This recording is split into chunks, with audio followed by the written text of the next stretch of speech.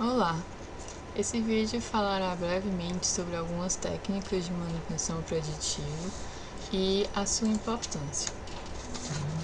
Primeiro aqui a gente tem uma lista de algumas técnicas de manutenção preditiva. A gente tem análise de óleo, análise de vibração, ultrassom, radiografia, líquidos penetrantes, termografia e termometria. Ainda outras técnicas que não estão listadas aqui, mas durante esse vídeo a gente não tem como falar de todas, então a gente vai se limitar a 3, que são a análise de óleo, a análise de vibração e a termografia. A nossa primeira análise é a análise de óleo. Ela tem por objetivo economizar tempo e material por meio da otimização do intervalo entre as trocas de óleo. Essa otimização é obtida a partir do monitoramento do grau de degradação do óleo e também do grau de contaminação desse óleo. O grau de degradação ele é medido por meio do monitoramento das propriedades gerais do óleo, como índice de viscosidade, de acidez, de alcalinidade, ponto de fulgor e ponto de congelamento. Já na medição do grau de contaminação, as características principais que devem ser analisadas são o tipo de contaminante, a dimensão das partículas desse contaminante e as formas dessas partículas. A análise do grau de contaminação do óleo é importante porque ela permite também identificar os primeiros indícios de desgaste de um componente da máquina. Essa identificação é feita a partir do estudo das partículas sólidas que ficam misturadas nos óleos. Essas partículas são geradas pelo atrito dinâmico entre peças em contato e parte dessas partículas acabam indo para o óleo. Então, analisando essas partículas, a gente tem informações sobre o nível de desgaste dos componentes.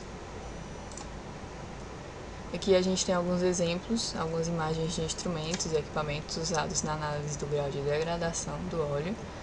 Aqui a gente tem o viscosímetro, a centrífuga, o fotômetro de chama, o pHmetro e o espectrômetro. Existem outros equipamentos, outros instrumentos, e a maioria deles é feita por meio de técnicas laboratoriais que utilizam outros materiais, como vidrarias, reagentes e outras ferramentas. Aqui a gente vê um exemplo de gráfico de concentração das partículas versus dimensão dessas partículas. E a gente nota 4 curvas que representam o nível de desgaste do componente constatado pela medição do grau de contaminação do óleo. Então, com base tanto na concentração quanto na dimensão das partículas, a gente tem um nível diferente de desgaste. No 1 seria um desgaste normal, passa por um desgaste acentuado, avançado, até a curva 4 seria um desgaste catastrófico. E aí a gente pode definir um limite a partir do qual uma manutenção é necessária, uma manutenção programada, para evitar uma falha, no equipamento, no componente. E aqui a gente tem uma tabela que mostra a relação que existe entre o desgaste do componente e a morfologia das partículas. Aqui a gente mostra várias formas de partículas e a relação dessas formas com o tipo de desgaste, com a importância do desgaste também. Então a gente vê que essa análise de contaminação, ela proporciona que a gente obtenha várias informações sobre o nível de desgastes de um componente ou de uma máquina em geral. A nossa segunda análise é a análise de vibração.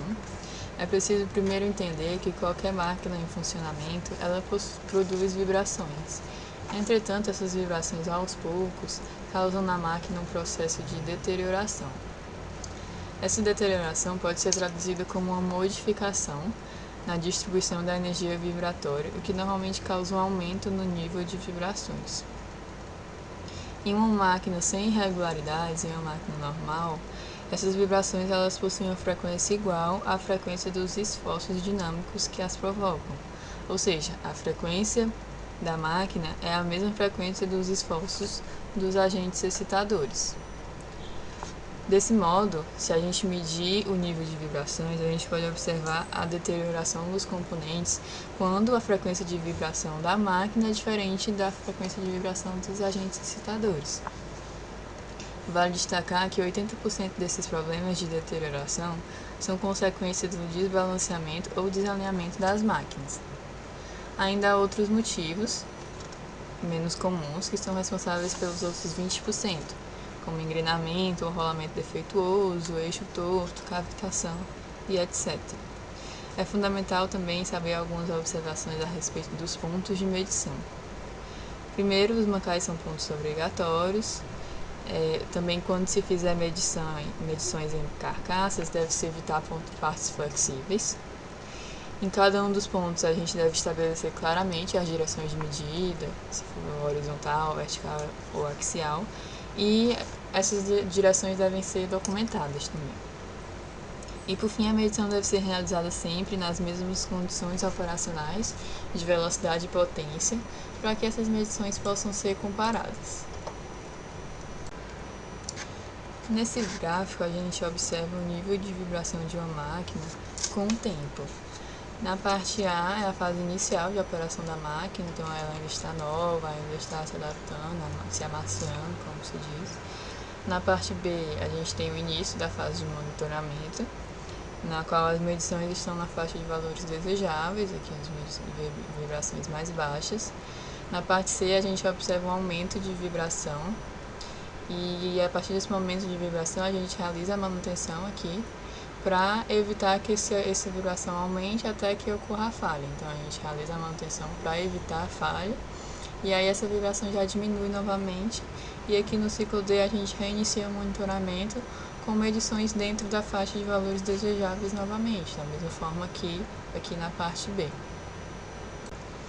Existem dois modos de realizar a manutenção preditiva, que são pelo nível de vibração, que são o valor eficaz da vibração e o valor da amplitude de vibração. O valor eficaz da vibração, ele é também chamado de valor RMS, e é um método recomendado para monitorar máquinas rotativas mais complexas, que têm uma velocidade de rotação superior a 600 RPM.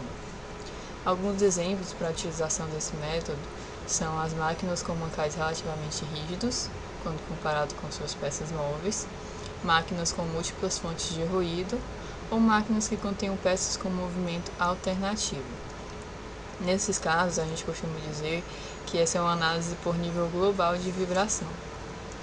Já o valor da amplitude de vibração, ele é também chamado de valor de pico, e é um método recomendado para monitorar máquinas mais simples, que possuem baixas velocidades de rotação.